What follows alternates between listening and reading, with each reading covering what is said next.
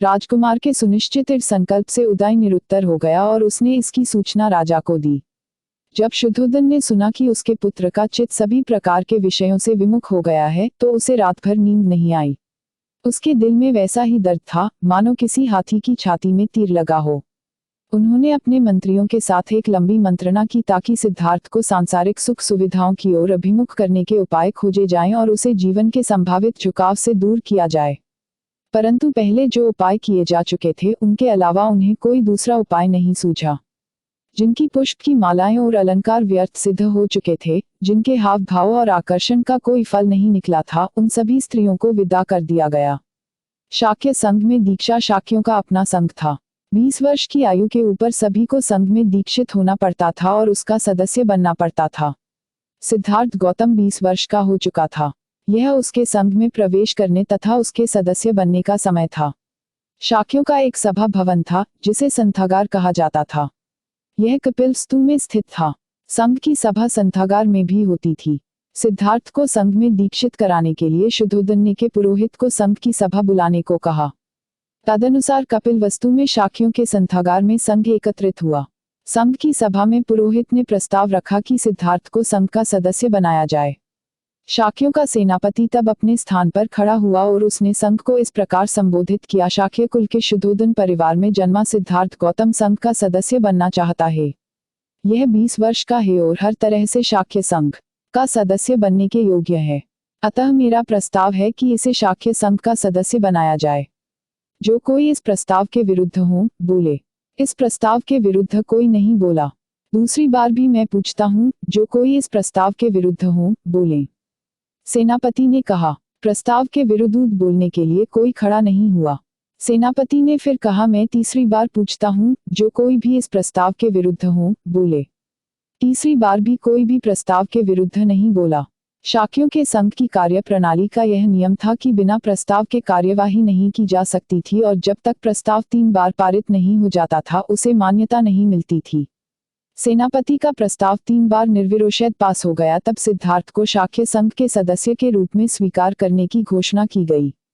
तब शाक्यों का पुरोहित खड़ा हुआ और उसने सिद्धार्थ को अपने स्थान पर खड़ा होने को कहा। सिद्धार्थ को संबोधित करके उसने कहा, क्या आप अनुभव करते हैं कि संघ ने सदस्य बनाकर आपको सम्मानित किया है? मैं अनुभव करता हूँ, मान्यवर सिद्धार्थ ने उत्तर दिया। क्या आप संघ के सदस्यों के कर्तव्य जानते हैं? मुझे खेद है, मान्यवर, मुझे पता नहीं है, किंतु उन्हें जानकर मुझे प्रसन्नता होगी। सिद्धार्थ ने उत्तर दिया। सबसे पहले मैं आपको संघ के सदस्य के कर्तव्य बताऊंगा, पुरोहित ने कहा और एक एक करके उसने बताया। तन, मन और धन से आपको शाकमयों के हितों की रक्षा करनी चाहिए। आपको संघ की सभाओं से अनुपस्थित नहीं रहना चाहिए। बिना भय और पक्षपात के आपको किसी शाक्य के आचरण में पाए गए दोष को बताना चाहिए।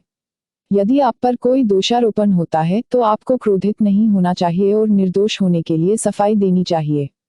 पुरोहित ने तब आगे कहा, मैं इसके बाद आपको बताऊंगा कि क्या करने से आप संघ की सदस्यता खो देंगे। यदि आप बलात्कार करते हैं तो संघ के सदस्य नहीं रह पाएंगे। यदि आप किसी की हत्या करते हैं तो संघ के सदस्य नहीं रह पाएंगे। यदि आप चोरी करते हैं तो संघ के सदस्य नहीं रह पाएंगे। यदि आप गलत साक्ष्य प्रस्तुत करते हैं तो संघ के सदस्य नहीं रह पाएंगे। मान्यवर, मैं आपका कृतज्ञ हूं कि आपने मुझे संघ अनुशासन के नियमों को बताया। मैं आपको विश्वास दिलाता हूं कि मैं उनके अर्थ और व्यंजन सहित उन्हें पालन करने की पूरी कोशिश करूंगा। सिद्धार्थ ने कहा। संघ से मतभेद। सिद्धार्थ को शाक्य संघ का सदस्य बने 8 वर्ष बीत चुके थे। वह संघ का एक पक्का और समर्पित सदस्य था। जितनी रुचि उसे अपने मामलों के लिए थी उतनी ही उसे संघ के मामलों में भी थी। संघ के सदस्य के रूप में उसका आचरण अनुकरणीय था, इसलिए वह सबका प्रियभाजन बन गया था। उसकी सदस्यता के 8वें वर्ष में एक ऐसी घटना घटी जो शुद्धोधन के परिवार के लिए दुर्घटना बन गई और सिद्धार्थ के जीवन के लिए संकट। इस दुखद प्रकरण का आरंभ इस प्रकार हुआ था। शाक्यों के राज्य से सटा हुआ कोलियों का राज्य था। दोनों साम्राज्यों की विभाजक रेखा रोहिणी नदी थी। खेत सींचने के लिए शाक्य और कोलिया दोनों रोहिणी नदी के पानी का उपयोग करते थे। प्रत्येक वर्ष दोनों के बीच विवाद होता था कि रोहिणी नदी का पानी पहले कौन और कितना लेगा। इन विवादों के कारण कभी कभी झगड़े हो जाते थे और दोनों ओर से लोग घायल भी हो जाते थे। सिद्धार्थ की आयु के 28वें वर्ष में पानी के लिए शाक्यों के नौकरों और कोलिया के नौकरों के बीच बड़ा विवाद हो गया। दोनों तरफ के लोग घायल भी हुए। ऐसा जानकर शाक्यों और कोलियों ने अनुभव किया कि युद्ध के द्वारा इस विवाद को सदा के लिए सुलझा देना चाहिए। इसलिए कि सेनापति ने कोलियों के विरुद्ध युद्ध छेड़ने की चर्चा के लिए संघ की एक सभा बुलाई। संघ के सदस्यों को संबोधित करते हुए सेनापति ने कहा, हमारे लोगों पर कोलियों ने आक्रमण किया और हमारे लोगों को पीछे हटने के लिए मजबूर होना पड़ा। कोलियों द्वारा इस प्रकार की आक्रामक कार्यवाही पहले भी हो चुकी है। आज तक हमने उन्हें सहन किया है, लेकिन ऐसे काम नहीं चल सकता। इसे रोकना ही चाहिए और रोकने का एक ही उपाय है कोलियों के विरुद्ध युद्ध की घोषणा। मेरा प्रस्ताव है कि संघ द्वारा कोलियों के विरुद्ध युद्ध की घोषणा कर दी जाए। जो इसका विरोध करना चाहें वह बोलें। सिद्धार्थ गौतम अपने स्थान पर खड़े हुए और बोला, मैं इस प्रस्ताव का विरोध करता हूँ। युद्ध से कभी किसी समस्या का हल नहीं होता। युद्ध छेड़ देने से हमारे उद्देश्य की पूर्ति नहीं होगी। इससे दूसरे युद्ध का बीजारोपण होगा। किसी की हत्या करने वाले को कोई दूसरा हत्या करने वाला मिल जाता है, जीतने वाले को दूसरा जीतने वाला मिल जाता है, लूटने वाले को दूसरा लूटने वाला मिल जाता है। सिद्धार्थ गौतम ने अपना कहना जारी रखा, मुझे लगता है कि कोलियों के विरुद्ध युद्ध छेड़ने में संघ को जल्दबाजी नहीं करनी चाहिए। पहले सावधानीपूर्वक जांच करनी चाहिए कि कौन पक्ष दोषी है। मैंने सुना है कि हमारे आदमियों ने ज्यादती की है। यदि यह सत्य है तो हम लोग भी दोष मुक्त नहीं हैं। सेनापति ने उत्तर दिया, हाँ, यह ठीक है कि हमारे आदमियों ने ही पहल की थी, लेकिन यह नहीं भूलना चाहिए कि पानी लेने की बारी पहले हमारी थी। सिद्धार्थ गौतम ने कहा, इससे स्पष्ट है कि हम लोग भी पुनर्तः दोषमुक्त नहीं हैं। इसलिए हम अपने में से 2 आदमियों को चुनें और कोलियों से भी कहा जाए कि वे भी 2 आदमी चुनें। फिर चारों मिलकर एक 5वां आदमी चुनें और पांचों मिलकर विवाद का निपटारा करें। सिद्धार्थ गौतम ने जिस संशोधन का सुझाव दिया उसे विधिवत समर्थन मिल रहा, लेकिन सेनापति ने इस सुझाव का यह कहते हुए विरोध किया, मैं पुनर्तः आश्वस्त हूं कि कोलियों का संकट उन्हें कठोर दंड दिए बिना समाप्त नहीं हो सकता। इसलिए प्रस्ताव और संशोधन दोनों मतदान के लिए रखे गए। पहले सिद्धार्थ के संशोधन को मतदान के लिए रखा गया, वह भारी बहुमत से अमान्य हो गया। उसके बाद सेनापति ने अपने प्रस्ताव पर मत मांगे। सिद्धार्थ गौतम इसके विरोध में फिर खड़ा हुआ और उसने कहा, मेरी प्रार्थना है कि संघ इस प्रस्ताव को स्वीकार न करे। शाक्य कोलियों के निकट संबंधी हैं। एक दूसरे को बर्बाद करना मूर्खता है। सेनापति ने सिद्धार्थ गौतम के तर्क का सर्वथा विरोध किया। उसने इस बात पर जोर दिया कि युद्ध में क्षत्रिय के लिए कोई अपना और पराया नहीं होता।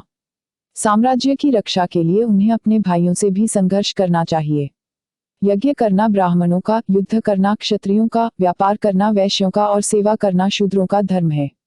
हर वर्ग को अपना धर्म निभाने में पुण्य मित्रता है। यही शास्त्र का आदेश है। सिद्धार्थ ने उत्तर दिया, जहां तक मैंने धर्म को समझा है वह इसे समझने में है कि वैर से वैर कभी शांति नहीं होता। वैर केवल प्रेम से ही शांत हो सकता है। अधीर होकर सेनापति ने कहा, इस प्रकार के दार्शनिक शास्त्रार्थ में पढ़ना एकदम बेकार है। सिद्धार्थ को मेरा प्रस्ताव अमान्य है। हम संघ का मत लेकर इसका निश्चय करें कि इस पर संघ का क्या विचार है। सेनापति ने अपना प्रस्ताव मत लेने के लिए रखा। भारी बहुमत से प्रस्ताव पास हो गया। देश छोड़ने का प्रस्ताव संघ द्वारा सैन्य संगठन पर विचार करने के लिए अगले दिन सेनापति ने शाक्य संघ की सभा बुलाई। जब संघ मिला तो उसने इस प्रस्ताव के पास करने की घोषणा की कि कोलियों के विरुद्ध युद्ध में 20 से 50 वर्षीय के प्रत्येक शाक्य के शामिल होने का आदेश जारी हो। सभा में दोनों पक्ष उपस्थित थे, वे भी जिन्होंने संघ की पहली सभा में युद्ध घोषणा के पक्ष में मत दिया था और वे भी जिन्होंने इसके विरुद्ध मत दिया था। जिन्होंने प्रस्ताव के समर्थन में मत दिया था उन्हें सेनापति के प्रस्ताव को स्वीकार करने में कोई कठिनाई नहीं थी। पहले के निर्णय का यह सहज परिणाम था। लेकिन जिन्होंने प्रस्ताव के विरोध में मत किया था उन अल्पसंख्यकों के सामने समस्या यह थी कि वे बहुमत के निर्णय को स्वीकार करें या न करें। अल्पमत वाले बहुमत के सामने सर झुकाने को तैयार नहीं थे। यही कारण था जिसके चलते वे सभा में उपस्थित थे। दुर्भाग्यवश किसी में भी खुलकर कहने का साहस न था। शायद वे बहुमत के विरोध करने का परिणाम जानते थे। अपने समर्थकों को चुप बैठा देखकर सिद्धार्थ खड़ा हुआ और संघ को संबोधित करके कहा, मित्रों, जो आपकी इच्छा हो करें। आपका और बहुमत है, लेकिन मुझे खेद है कि मैं इस सैन्य संगठन का विरोध करूंगा। मैं न तो आपकी सेना में शामिल होऊंगा और न ही युद्ध में भाग लूंगा। सिद्धार्थ गौतम को उत्तर देते हुए सेनापति ने कहा, संघ के सदस्य बनते समय ली गई शपथ को आप याद करें। किसी एक को भी तुमने तोड़ा तो तुम्हें सार्वजनिक निंदा का शिकार बनना पड़ेगा। सिद्धार्थ ने उत्तर दिया, हाँ, मैंने तन, मन, धन से शाक्यों के सर्वोत्तम हितों की रक्षा का वचन दिया है। लेकिन मुझे लगता है कि यह युद्ध शाक्यों के सर्वोत्तम हित में नहीं है। शाक्यों के सर्वोत्तम हितों के मुकाबले मेरे लिए सार्वजनिक निंदा क्या है। सिद्धार्थ ने संघ को याद दिलाते हुए सावधान किया कि किस प्रकार कोलियों से लड़ाई करते रहने के कारण शाक्य लोग कोसल नरेश के जागीरदार जैसे हो गए हैं। उसने कहा, इसकी कल्पना करना आसान है कि यह युद्ध कोसल नरेश को शाक्यों की स्वतंत्रता घटाने का अवसर देगा। सेनापति क्रोधित हो गया और उसने सिद्धार्थ को संबोधित करते हुए कहा, तुम्हारी वाक्पटुता तुम्हारी सहायता नहीं करेगी। शायद तुम सोच रहे हो कि कोसल देश की अनुमति के बिना संघ की अवहेलना करने वाले को संघ मृत्युदंड या देश निकाले की सजा नहीं दे सकता, और यदि दोनों में से कोई भी सजा तुम्हें मिल जाती है तो कोसल नरेश उसकी अनुमति नहीं देंगे। लेकिन याद रखो, संघ के पास तुम्हें सजा देने के दूसरे रास्ते भी हैं। संघ तुम्हारे परिवार के विरुद्ध सामाजिक बहिष्कार की घोषणा कर सकता है। संघ तुम्हारे परिवार को भूमि से बेदखल कर सकता है। इसके लिए संघ को कोसल नरेश से अनुमति लेने की कोई आवश्यकता नहीं है। सिद्धार्थ कोलियों के विरुद्ध संघ की युद्ध घोषणा का विरोध करते रहने के परिणाम को समझ रहा था। उसके पास सोचने के 3 विकल्प थे, सेना में भर्ती होकर युद्ध में भाग लेना, मृत्युदंड या देश निकाले के लिए राजी होना, या अपने परिवार के सदस्यों के सामाजिक बहिष्कार का तिरस्कार झेलना व संपत्ति से हाथ धोने के लिए राजी करना। पहले विकल्प को स्वीकार करने के लिए वह किसी स्थिति में तैयार नहीं था। इसी तरह तीसरे के बारे में भी वह नहीं सोच सकता था। इन परिस्थितियों में उसे लगा कि दूसरा विकल्प ही उसके लिए सर्वाधिक मान्य था। तब सिद्धार्थ ने संघ से कहा, कृपया मेरे परिवार को दंडित न करें। सामाजिक बहिष्कार कर उन्हें विपत्ति में न डालें। उनकी भूमि छीनकर उन्हें निसहाय न बनाएं, क्योंकि भूमि ही उनकी जीविका का एकमात्र साधन है। वे निर्दोष हैं, दोषी मैं हूँ। मेरी गलती के लिए मुझे अकेले दंडित होने दें। मृत्युदंड या देश निकाला में से जो आप चाहें मुझे सजा दें। मैं स्वेच्छा से उसे स्वीकार करूंगा, और मैं आपको वचन देता हूं कि मैं इसके लिए कोसल नरेश से शिकायत नहीं करूंगा। प्रव्रजय अभिनिष्क्रमण सेनापति ने कहा, तुम्हारा सुझाव मानना कठिन है। यदि तुम मृत्युदंड या देश निकाले की सजा स्वेच्छा से भी पाओगे तो भी निश्चित रूप से कोसल नरेश को इसकी जानकारी हो जाएगी, और वह निश्चितापूर्वक इसी परिणाम पर पहुंच जाएगा कि संघ ने ही यह सजा दी है, और वह संघ के विरुद्ध कार्यवाही करेगा। सिद्धार्थ गौतम ने कहा, यदि यही कठिनाई है तो मैं देश से बाहर निकलने का सुझाव आसानी से दे सकता हूँ। मैं परित्राजक बनकर देश छोड़ दूंगा। यह भी एक तरह से देश निकाला ही है। सेनापति ने सोचा कि यह एक अच्छा सुझाव है, लेकिन वृद्धात के बारे में उसे अभी संदेह था कि सही रूप से वह इसे पूरा करेगा। इसलिए सेनापति ने सिद्धार्थ से पूछा, तुम अपने माता पिता और अपनी पत्नी की अनुमति के बिना परिव्राजक कैसे बन सकते हो? सिद्धार्थ ने विश्वास दिलाया कि वह अनुमति लेने का पूरा प्रयास करेगा और कहा, मैं वचन देता हूं कि मुझे अनुमति मिले या न मिले मैं तुरंत ही देश छोड़ दूंगा। संघ को लगा कि सिद्धार्थ का सुझाव इस विवाद से बाहर निकलने का सबसे अच्छा रास्ता है। इसलिए संघ तैयार हो गया। सभा की कार्यवाही समाप्त कर संघ विसर्जित ही होने वाला था कि एक युवक शाक्य अपने स्थान पर खड़ा हुआ और उसने कहा, मुझे कुछ महत्वपूर्ण बात कहनी है। बोलने की अनुमति मिलने के बाद उसने कहा, मुझे संदेह नहीं है कि सिद्धार्थ गौतम अपना वचन पूरा करेगा और तुरंत देश छोड़ देगा। फिर भी एक बात है कि जिसके लिए मैं बहुत प्रसन्न नहीं हूँ। अब जबकि सिद्धार्थ जल्दी ही आंखों से ओझल हो जाएगा, कोलियों के विरुद्ध युद्ध छेड़ने की घोषणा का संघ का प्रस्ताव अभी से लागू हो जाएगा। मैं चाहता हूं कि संघ इस पर फिर से विचार करे। किसी भी तरह से सिद्धार्थ गौतम को देश निकाले के बारे में कोसल नरेश को मालूम हो ही जाएगा। यदि शाक्य कोलियों के विरुद्ध तुरंत युद्ध की घोषणा करते हैं तो कोसल नरेश समझेगा कि सिद्धार्थ को देश इसलिए छोड़ना पड़ा क्योंकि उसने कोलियों के विरुद्ध युद्ध का विरोध किया। यह हम लोगों के लिए अच्छा नहीं होगा। इसलिए मेरा सुझाव है कि सिद्धार्थ गौतम के देश निकाला और कोलियों के विरुद्ध युद्ध की वास्तविक घोषणा के बीच एक अंतराल होना चाहिए, ताकि कोसल नरेश इन दोनों घटनाओं में संबंध स्थापित न कर सकें। संघ को लगा कि यह एक बहुत महत्वपूर्ण प्रस्ताव है और औचित्यपूर्ण होने के कारण संघ ने इसे स्वीकार कर लिया। इस प्रकार शाक्य संघ की एक दुखांत सभा की समाप्ति हुई और अल्पमत वालों, जिन्होंने युद्ध का विरोध किया था लेकिन जिनमें बोलने का साहस नहीं था, उन्होंने भी राहत की सांस ली कि किसी तरह से भी अत्यंत भयावह स्थिति से वे पार हो गए। विदाई के शब्द शाक्य संघ की सभा में जो कुछ हुआ इसका समाचार सिद्धार्थ गौतम के वापस पहुंचने से पहले ही राजमहल में पहुंच गया था। घर पहुंचकर उसने देखा कि उसके माता पिता काफी दुखी हैं और रो रहे हैं। शुद्धोधन ने कहा, हम लोग युद्ध के दुष्परिणाम की चर्चा करते थे, लेकिन मैंने यह कभी नहीं सोचा था कि तुम इस सीमा तक चले जाओगे। सिद्धार्थ ने उत्तर दिया, मैंने भी नहीं सोचा था कि बात यहाँ तक बढ़ जाएगी। मुझे आशा थी कि शांति के लिए मैं अपने तर्क द्वारा शाक्यों को मना लूंगा। दुर्भाग्यवश सैनिक अधिकारियों ने लोगों की भावनाओं को इतना भड़का दिया था कि उन पर मेरे तर्कों का कुछ भी असर नहीं पड़ा। लेकिन मुझे उम्मीद है कि आप यह महसूस करते होंगे कि मैंने स्थिति को और अधिक खराब होने से कैसे बचा लिया। मैंने सत्य और न्याय को नहीं छोड़ा है, जिस पर अडिग रहने की जो सजा होगी उसे अपने ऊपर लेने में मैं सफल हो गया।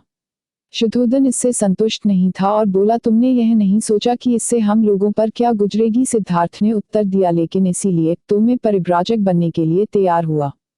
जरा सोचिए, यदि शाक्यों ने आपकी भूमि छीन लेने का आदेश दे दिया होता तो क्या होता? लेकिन तुम्हारे बिना यह भूमि किस काम की है? शुद्धोधन गुस्से में बोला, पूरा परिवार ही तुम्हारे साथ देश निकाले पर क्यों न चले? रोती हुई प्रजापति गौतमी भी शुद्धोधन के तर्क को समर्थन देती हुई बोली, मैं भी सहमत हूँ। हम लोगों को इस हाल में छोड़कर तुम अकेले कैसे जा सकते हो? है सिद्धार्थ ने कहा, माँ, क्या तुम हमेशा यह दावा नहीं करती हो कि तुम एक क्षत्रिय की माँ हो? क्या ऐसा नहीं है? तुम्हें अब वीरता का परिचय देना चाहिए। इस प्रकार दुखी होना तुम्हें शोभा नहीं देता है। यदि मैं युद्ध भूमि में जाता और मारा जाता तो तुम क्या करती? क्या तुम तब भी इसी तरह दुखी हुई होती? गौतमी ने उत्तर दिया, नहीं, वैसा तो क्षत्रिय धर्म के प्रतिकूल होता। लेकिन अब तुम लोगों से बहुत दूर जंगल जा रहे हो, जहां तुम जंगली जानवरों के साथ रहोगे, तो हम लोग यहाँ शौती से कैसे रह सकते हैं? उसने गौतमी से कहा, मैं तुम लोगों को अपने साथ कैसे ले जा सकता? हाँ, ननंद अभी बच्चा है, मेरा बेटा राहुल अभी पैदा हुआ है, क्या आए इन्हें यहाँ छोड़कर मेरे साथ जा सकती हो? गौतमी संतुष्ट नहीं हुई। उसने अर्ज किया, यह संभव है कि हम लोग सभी शाक्य देश छोड़कर कौशल नरेश के संरक्षण में कौशल देश चलें। सिद्धार्थ ने कहा, लेकिन मां, शाक्य लोग क्या कहेंगे? क्या वे इसे देशद्रोह नहीं समझेंगे? इसके अलावा मैंने प्रतिज्ञा की है कि मैं वचन से या कर्म से ऐसा कुछ नहीं करूंगा जिससे कौशल नरेश को मेरी प्रवसया के सही कारण की जानकारी हो सके। यह सही है कि मुझे अकेले जंगल में रहना पड़ेगा, लेकिन जंगल में रहना या कोलियों के विरुद्ध लड़ाई में हिस्सा लेना, दोनों में से क्या अच्छा है? शुद्धोधन ने पूछा, लेकिन इतनी जल्दी क्या है? शाक्य संघ ने लड़ाई की तिथि कुछ समय के लिए रोक दी है, शायद लड़ाई शुरू ही न हो। तुम अपनी प्रवृत्तियों को क्यों नहीं स्थगित कर देते? ऐसा भी संभव है कि शाक्यों के साथ रहने की अनुमति संघ में मिल जाए। सिद्धार्थ को यह विचार बिल्कुल पसंद नहीं था। उसने कहा, मैंने प्रतिज्ञा लेने की प्रतिज्ञा की है, इसलिए संघ ने कोलियों के विरुद्ध युद्ध की घोषणा रोक दी है। यह भी संभव है कि मेरी प्रवृत्तियों के बाद संघ को युद्ध की घोषणा वापस लेने के लिए मना लिया जाए, किंतु ये सब पहले मेरे प्रवृत्तियां ले लेने पर ही निर्भर करता है। मैंने वचन दिया है और मुझे उसे अवश्य पूरा करना चाहिए। वचन तोड़ने का परिणाम बहुत बुरा हो सकता है, हम लोगों के लिए भी और शांति पक्ष के लिए भी। माँ, मेरा रास्ता न रोको, अपनी अनुमति और आशीर्वाद मुझे दो। जो हो रहा है वह अच्छे के लिए हो रहा है। गौतमी और शुद्धोधन चुप रहे। अब सिद्धार्थ यशोधरा के कमरे में गया। उसे देखकर वह चुप खड़ा रहा। उसे समझ नहीं आ रहा था कि उससे कैसे बोले और क्या बोले। यशोधरा ने चुप्पी तोड़ी, कपिल वस्तु में संघ की सभा में जो कुछ हुआ है उसे मैंने सुन रखा है। सिद्धार्थ ने उससे पूछा, यशोधरा, मुझे बताओ कि प्रतिज्ञा लेने के मेरे निर्णय के बारे में तुम्हारा क्या विचार है? सिद्धार्थ समझते थे कि यशोधरा हिम्मत हार जाएगी, लेकिन वैसा कुछ नहीं हुआ। अपनी भावनाओं को नियंत्रित कर उसने उत्तर दिया, यदि मैं तुम्हारी जगह होती तो इसके अतिरिक्त मैं और कर ही क्या सकती थी? कोलियों के विरुद्ध युद्ध पक्ष में मैं निश्चित रूप से नहीं होती। तुम्हारा निर्णय सही है, मैं तुम्हें अपनी अनुमति और सहयोग देती हूँ। मैं भी तुम्हारे साथ प्रवृत्तियां ग्रहण करती, लेकिन केवल राहुल की देखभाल के लिए ही मैं ऐसा नहीं कर पाऊंगी। अच्छा होता यदि ऐसा न हुआ होता, लेकिन स्थिति का सामना करने के लिए हमें दुर्योर होना चाहिए। तुम अपने माता पिता और अपने पुत्र की चिंता न करो। जब तक मैं जीवित रहूंगी उन लोगों की देखभाल करती रहूंगी। अपने निकट और प्रियजनों को छोड़कर परित्राजक बनने जा रहे हो। मैं चाहती हूँ कि तुम जीवन का एक नया रास्ता खोजो जिससे पूरी मानवता सुखी हो। हर सिद्धार्थ गौतम इससे बहुत प्रभावित हुए। इसके पहले वह कभी नहीं जान पाया था कि यशोधरा इतनी बहादुर, साहसी और कुलीन स्त्री है, और वह कितना भाग्यशाली है जिसे यशोधरा जैसी स्त्री पत्नी के रूप में मिली है, और किस प्रकार आज समय ने दोनों को अलग अलग कर दिया है। उसने यशोधरा से राहुल को लाने के लिए कहा। एक पिता की वात्सल्यपूर्ण दृष्टि डालकर वह वहां से विदा हो गया। 18 ग्रह त्याग सिद्धार्थ ने भारद्वाज के हाथों प्रव्रज्या लेने की सोची, जिनका आश्रम कपिलवस्तु में था।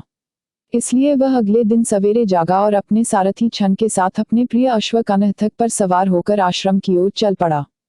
जैसे ही वह आश्रम के निकट पहुंचा, स्त्री और पुरुष बाहर द्वार पर एकत्रित हो गए और उससे मिलने के लिए उसे ऐसे घेरा लिया जैसे कोई नई नवेली वधू आई हो। और जैसे ही वे उसके निकट गए, उनकी आंखें आश्चर्य से खुली रह गईं। उन्होंने बंद कमल की तरह हाथ जोड़कर उसका उचित स्वागत कर नमस्कार किया। तब उसे वे घेर कर खड़े हो गए। उनके चित भाव विह्वल थे, जैसे वे अपनी स्थिर और प्रेम से खुली आंखों से उसका पान कर रहे हों। कुछ स्त्रियों ने तो उन्हें कामदेव का अवतार समझा, क्योंकि वह अपने चमकीले लक्षणों और अलंकारों से ऐसा सुसज्जित था। कुछ दूसरी स्त्रियों ने उसकी शालीनता और ऐश्वर्य को देखकर सोचा कि वह दिव्य प्रकाशमान चंद्रमा है, जो पृथ्वी पर उतर आया है। कुछ स्त्रियां उसकी सुंदरता से वशीभूत होकर इस प्रकार मुंह फैलाए खड़ी थी, जैसे उसे निगल जाएंगी। वे एक दूसरे को टकटकी लगाकर देख रही थीं और धीरे धीरे आहें भर रही थीं। इस प्रकार स्त्रियां केवल एकटक उसे निहार रही थीं, न तो वे बोली न मुस्कुराए। वे उसे घेरे हुए थीं और उसके प्रत्नजित होने के निर्णय पर आश्चर्य से विचार कर रही थीं। बड़ी मुश्किल से वह अपने को भीड़ से अलग कर पाया और उसने आश्रम में प्रवेश किया। सिद्धार्थ नहीं चाहता था कि शुद्धोदन और गौतमी उसकी प्रव्रज्या होते देखें, क्योंकि वह जानता था कि ऐसे समय में वे इतना दुख सहन नहीं कर पाएंगे और टूट जाएंगे। लेकिन उसे जानकारी दी बिना ही वे आश्रम पहुंच चुके थे। जैसे ही उसने आश्रम के परिसर में प्रवेश किया, उसने अपने माता पिता को भीड़ में देखा। माता पिता को देखने पर सबसे पहले वह उनके पास गया और आशीर्वाद मांगा। वे भावना से इस प्रकार अभिभूत थे कि वे एक शब्द भी बोल न सके और वे रोते रहे। उन्होंने उसे जोर से पकड़कर छाती से लगा लिया और आंसुओं से नहला दिया। छन्ने को आश्रम में एक वृक्ष से बांध दिया और वह पास खड़ा रहा। शुद्धोदन और प्रजापति को आंसू बहाते देखकर वह भी भावना के वशीभूत हो गया और रोने लगा। बड़ी मुश्किल से अपने को माता पिता से अलग कर सिद्धार्थ वहां गया जहां छन खड़ा था। उसने अपने वस्त्र और आभूषण घर वापस ले जाने के लिए उसे दे दिए। तब उसने अपना सिर मुंडवाया, जो परिव्राजक के लिए आवश्यक था। उसका चचेरा भाई महानामा परिव्राजक के अनुकूल वस्त्र और भिक्षा पात्र ले आया था। सिद्धार्थ ने उन्हें पहन लिया। परिव्राजक के जीवन में प्रवेश करने के लिए तैयार होकर सिद्धार्थ प्रव्रज्या के लिए भारद्वाज के पास गया। अपने शिष्यों की सहायता से भारद्वाज ने आवश्यक संस्कार किए और हृदयधार्थ गौतम के परिव्राजक होने की घोषणा की। यह याद करके कि उसने वाक्य संघ को 2 वचन दिए थे, प्रव्रज्या लेना और अविलंब ही शाक्य साम्राज्य छोड़ना। प्रवसया संस्कार के पूरा हो जाने के तुरंत बाद बिना देरी किए वह अपनी यात्रा पर निकल पड़ा। आश्रम में असामान्य रूप से बड़ी भारी भीड़ थी, क्योंकि गौतम की प्रव्रज्या के कारण स्थितियां विलक्षण थीं। सिद्धार्थ जैसे ही आश्रम से बाहर निकला, भीड़ भी उसके पीछे पीछे चल दी। उसने कपिलवस्तु छोड़ दिया और अनोमा नदी की ओर बढ़ा। पीछे मुड़ने पर उसने देखा कि भीड़ अभी भी उसका पीछा कर रही है। उन लोगों को संबोधित करते हुए उसने कहा, भाइयों एवं बहनों, मेरा पीछा करने से कोई लाभ नहीं है। मैं शाक्यों और कोलियों के बीच विवाद को सुलझाने में असफल हो गया हूँ। लेकिन यदि आप लोग समझौते के पक्ष में जनमत बना ले तो आप लोग इसमें सफल हो सकते हैं। इसलिए आप लोग अच्छी तरह लौट जाएं। उसकी प्रार्थना सुनकर भीड़ ने पीछे लौटना शुरू कर दिया। शुद्धोदन और गौतमी भी महल की ओर लौट गए। सिद्धार्थ द्वारा उतारे गए वस्त्र और आभूषण को देखने में गौतमी असमर्थ थी, इसलिए उसने उन्हें कमल के तालाब में फेंकवा दिया। प्रव्रज्या ग्रहण करने के समय सिद्धार्थ गौतम की आयु मात्र 29 वर्ष की थी। लोग यह कहकर उसकी प्रशंसा करते और आंखें भरते थे, यह उच्च कुल का शाक्य था, श्रेष्ठ माता पिता का संतान था, धनी था, तरुण था, सुंदर शरीर और बुद्धि से युक्त था, सुख सुविधा में प्रा था। उसने पृथ्वी पर शांति और मानवता के कल्याण के लिए अपने संबंधियों से संघर्ष किया। यह शाक्य युवक था, जिसने अपने संबंधियों के बहुमत के आगे झुकने से इनकार कर दिया और स्वेच्छा से वह दंड भोगने के लिए तैयार हो गया, जिसमें अमीरी के बदले गरीबी, सुविधा के बदले भिक्षाटन और घर के बदले बेघर मिलना था। और जब वह गया तो अपने साथ न तो सेवा करने वाला ले गया और न ही अपने साथ कुछ ऐसी चीज ले गया जिसे वह इस संसार में अपना कह सके। स्वेच्छा से किया गया यह कार्य उसका परम त्याग था। उसकी यह वीरता है और कार्य साहसिक है। विश्व के इतिहास में इसके समान कोई उपमा नहीं मिलती है। यह शाक्य मुनि या शाक्य सिंह कहलाने का अधिकारी है। एक शाक्य कुमारी कृषा गौतमी का कथन कितना सही था। तब सिद्धार्थ गौतम को निमित्त करके उसने कहा था, सचमुच धन्य है वह माँ, धन्य है वह पिता, जिसे ऐसा पुत्र मिला। सचमुच धन्य है वह पत्नी जिसे ऐसा पति मिला। राजकुमार और उसका सेवक छन को भी कंथक के साथ घर लौट जाना चाहिए था, लेकिन उसने लौटने से इनकार कर दिया।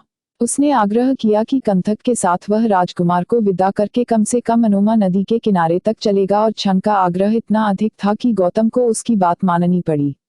अंत में वे अनोमा नदी के किनारे पहुंचे। उसके बाद छन की ओर घूमकर उसने कहा, अच्छा मित्र, मेरे साथ आने से मेरा और तुम्हारा स्नेह प्रमाणित हो चुका है। अपने स्वामी के प्रति ऐसा प्यार देकर तुमने मुझे दिल से जीत लिया है। मेरे प्रति तुम्हारी अच्छी भावनाओं से मैं काफी प्रसन्न हूँ, परंतु इस समय में तुम्हें कुछ भी देने में असमर्थ हूँ। जिससे उपकार की आशा हो उसके प्रति कौन अनुरक्त नहीं होगा, लेकिन बुरे दिनों में साधारणतया अपने सगे संबंधी पराये हो जाते हैं।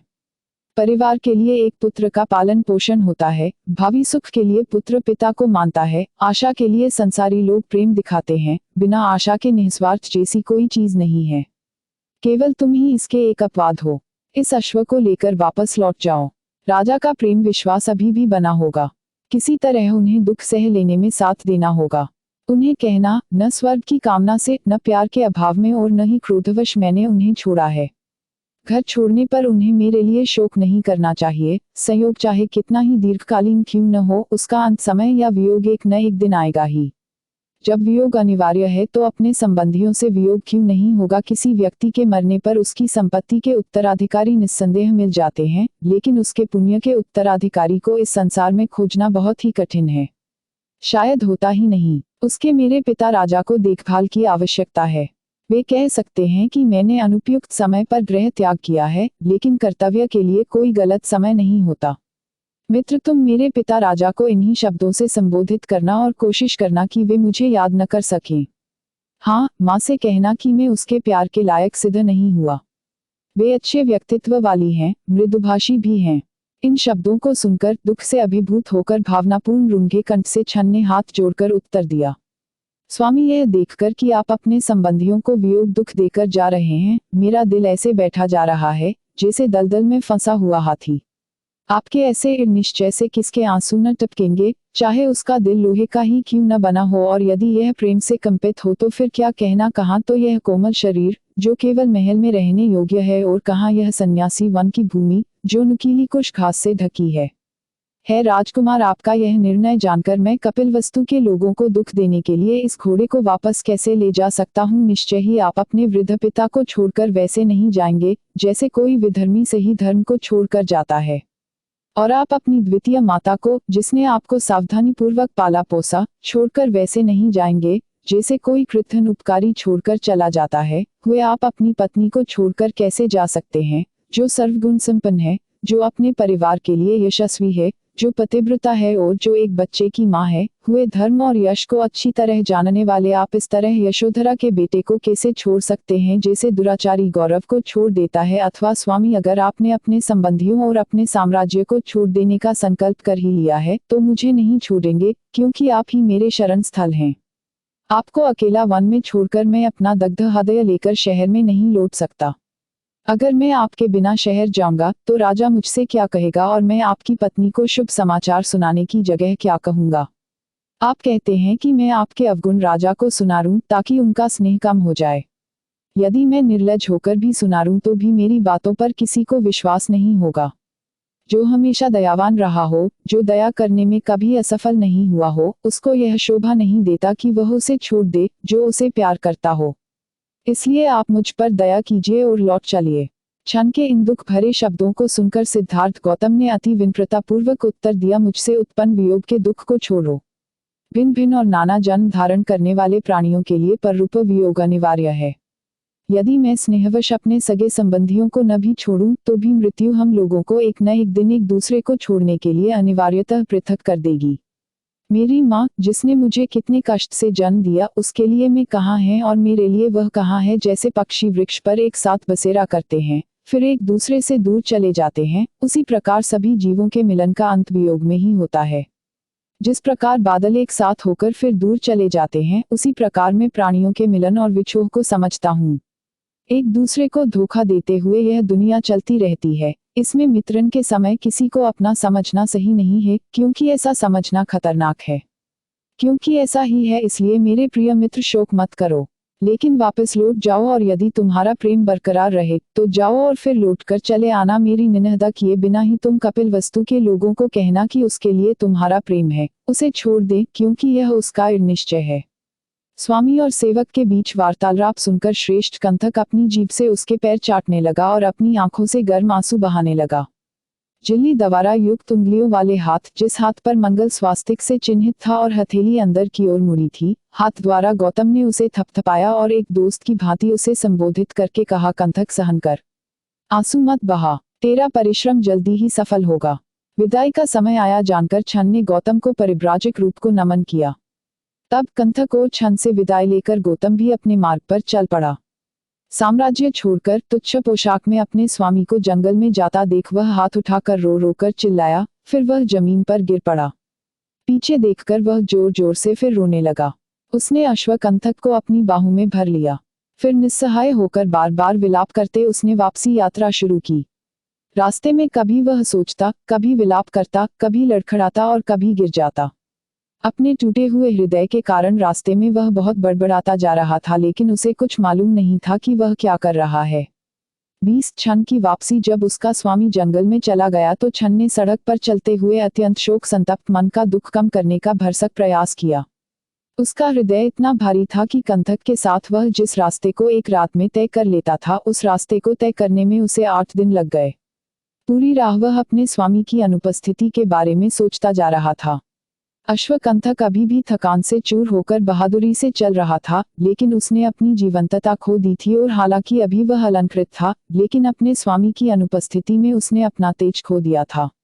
जिस तरफ उसका स्वामी गया था, उस दिशा में घूम घूम कर शोक संतप्त आवाज में वह बार बार हिनहिनाता और भूखे होने के बावजूद उसने पहले की तरह रास्ते में न तो घास खाई न पानी पिया।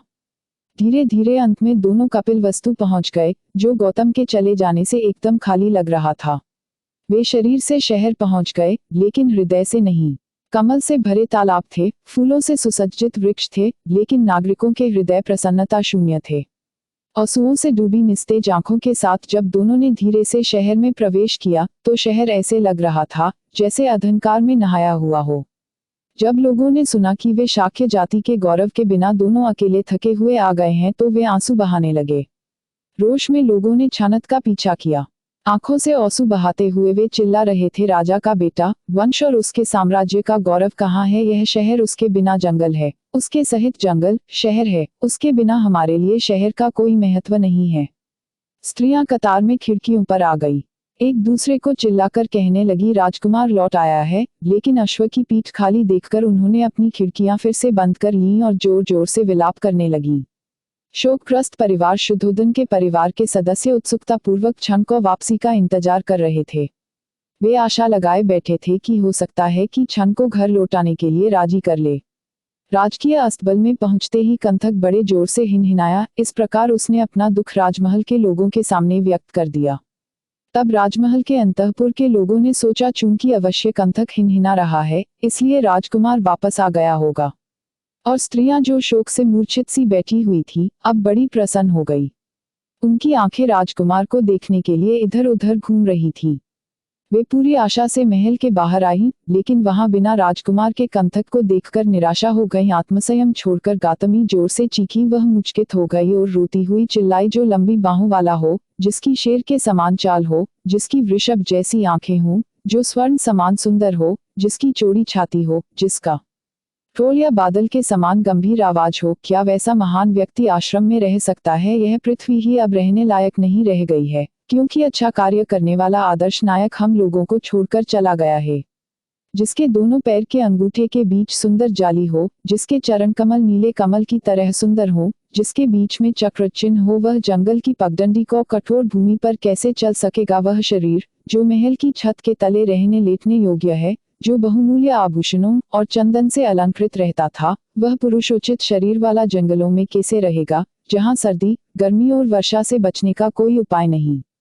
जिसे अपने परिवारशील, शक्ति, बल, पवित्र, विद्या, सौंदर्य और यौवन का अभिमान था, जो हमेशा देने को तैयार रहता था, जो किसी से कुछ नहीं लेता था, वह दूसरों से भिक्षा कैसे मांगेगा? वह जो स्वच्छ सुनहरी शैया पर सोता था, जिसे मधुर संगीत वाद्यों की झनकार से जगाया जाता था, वह मेरा तपस्वी अब सिर्फ एक कपड़े के साथ कठोर जमीन पर कैसे सोएगा। इस दयनीय विलाप को सुनकर स्त्रियां एक दूसरे को अपनी बाहों में पकड़े हुए अपनी आंखों से आंसू ठीक वैसे ही बरसा रही थी जैसे लताओं को हिलाने पर उनके फूलों से मधु बरसता है। तब यशोधरा यह भूलकर कि उसने ही उसे जाने की अनुमति दी थी, जमीन पर गिर पड़ी और विलाप करने लगी। उसने मुझ जैसी पतिव्रता पत्नी को कैसे छोड़ दिया, उसने मुझे विधवा बनाकर छोड़ दिया। वह अपने नए जीवन में अपनी धर्मपत्नी को संगी साथी बना सकता था। मुझे स्वर्ग की कोई इच्छा नहीं है। मुझे एक ही अभिलाषा थी कि मेरा पति मुझे इस जीवन में और न परलोक में मेरा साथ न छोड़े। यदि मैं अपने पति की बड़ी बड़ी आंखों वाले और सुंदर मुस्कुराहट वाले चेहरे को देखने लायक नहीं हूँ, तो क्या बेचारा राहुल भी अपने पिता की गोद में लेटने योग्य नहीं है? खेद है, उस बुद्धिमान नायक का हृदय अत्यंत कठोर है। उसका सौंदर्य जो देखने में इतना सुंदर लगता है, अत्यंत कठोर और निर्दयी है।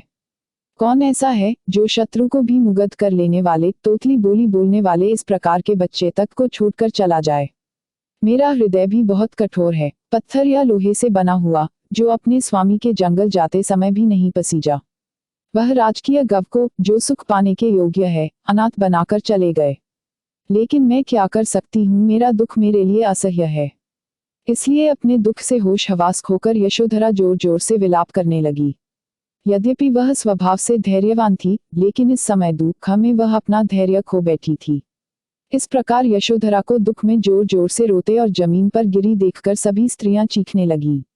आंसुओं से भरे उनके चेहरे ठीक उसी प्रकार हो गए थे जैसे वर्ष से प्रताड़ित कमल हों।